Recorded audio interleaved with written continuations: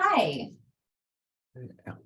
I'm Omar Ruiz, and what I have implemented and changing and added to my course and my syllabus.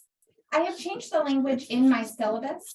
Instead of sounding too strict or firm, I have adjusted the language to become more welcoming.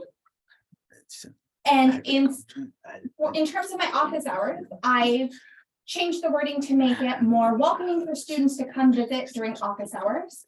And instead of putting a strict time for office hours for assistance, I ensure that I save 5 minutes or so before or after class to have opportunities to work with students in lieu of office hours, because I recognize that there are many students who work and they come to class and then they have to return to work or they have another class. So I have added that flexibility for students to be able to meet with me outside of office hours. Previously, I had a strict policy about not accepting late assignments, and I have changed that to have the students submit a 20-word submission as a justification as to why I should accept a late work exception instead of denying all late assignments. I understand that life happens and we need to provide opportunities for the students to have equal access. And for future implementations, I have been using check-ins with my students, ask them, how's it been going? What's new with you? This allows me to build rapport with them, as well as for them to get to know me. That also opens the door to show that I've accepted them this semester and that I care about their success and that I'm able to jump in and assist as needed. I was able to help a student recently around campus with childcare issues through asking her how she was doing. And at the same time, I am purposefully pairing students to work together because I know oftentimes there are certain students who don't have the interaction within the classroom. So I purposely pair them so that they get to work with each other, they're exposed to each other's study habits and cultures. And I have made it a norm within our classroom to talk about our home lives and our cultures. My students know that everyone in my family communicates using American Sign Language, and the students will say, oh, so if everyone signs, it's because you're deaf. When in all actuality, it's the culture of our home and our family. And the reason that my kids and my family don't see me as deaf, because that is just our norm and our culture. And that could also apply for my students in how they are exposed to the culture and tradition of other students, such as reasons for dress, traditions, grooming habits, traditional foods, and so forth. That is a shared exposure to different cultures. And the takeaway is that all the students have been very receptive of these changes that have been made in the classroom and in the syllabus.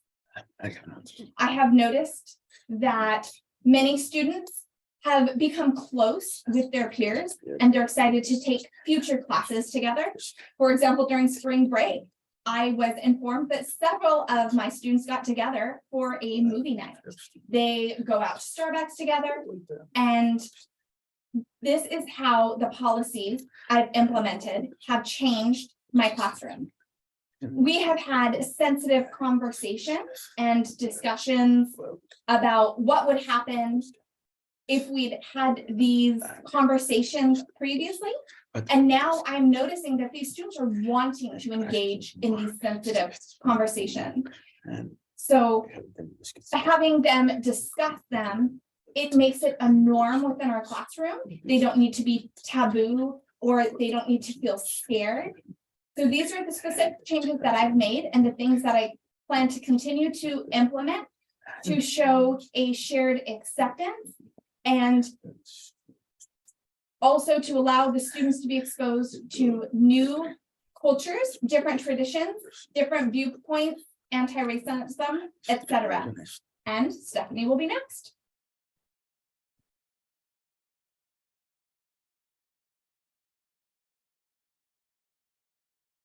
All right, everyone. Thank you. So my name is Stephanie Briones. What I did was I utilized this from my Title V director perspective, and I decided to do a specific focus on our STEM student services that we offer through an anti-racist lens. So for my spring plan, what I did was I selected 4 participants from our student services, which were STEM counseling, STEM financial literacy, STEM student success coach, and our job developer who focused on STEM internships. I decided to go for STEM because that is part of our Title V grant, but also it's a really significant and large division within our campus. And so I'm hoping that what we do here in our division, it can transfer over to the other divisions. I utilize the concept of acknowledge, reflect, and course of action. And I also worked with our data IR team to do a data poll of the current students who utilize these services. So as a team, we got together and we acknowledged that one thing that we would like to utilize is more transparent communication. So from that, we discovered that students love QR codes and they oftentimes don't realize what these services are. So one of our student employees created this really wonderful infographic based on all of our recommendations to break down what each of these services are, and also QR codes so students can have instant and easy access to booking appointments. So this is a really neat service that we are going to continue utilizing for the summer and fall. Our summer and fall outline, we are going to continue to utilize acknowledge, reflect, and course of action. The first thing that we're going to do is we're going to disaggregate the data to identify the targeted groups. We'll reflect further on any potential racial or systemic barriers. And then finally, we'll create 2 more courses of actions and goals. And so that is my presentation, and I'll move forward to Christina. Thank you, Stephanie.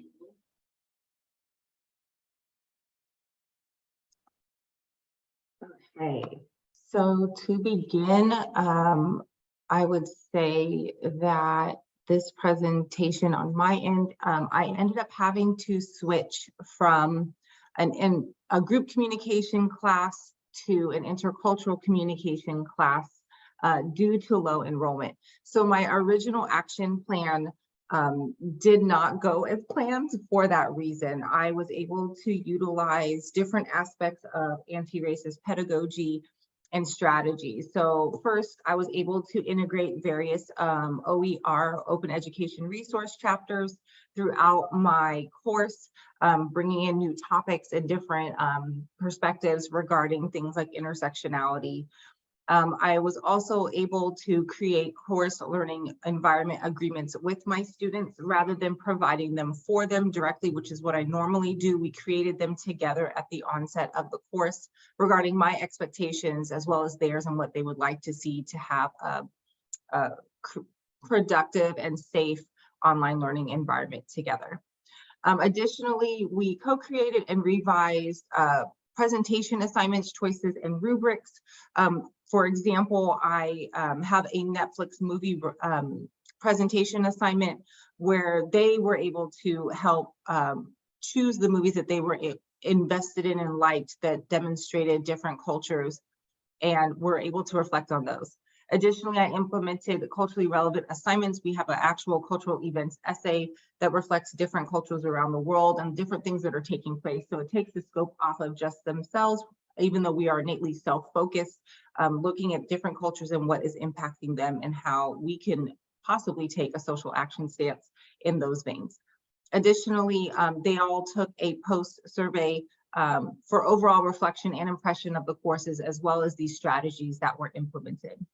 Moving forward, some of my aspirations were to incorporate more OER chapters that we are currently revising and remixing, and moving not just from additional chapters, but to use a sole OER book within this intercultural communication course. I would like to see myself and my colleagues start to create renewable assignments within this particular course, in addition to rethinking personal use of the use of a 0 in course grades like we learned. I will continue to use culturally relevant content and representation throughout the courses. Thank you so much for listening to our presentations. We hope you enjoyed them. Thanks.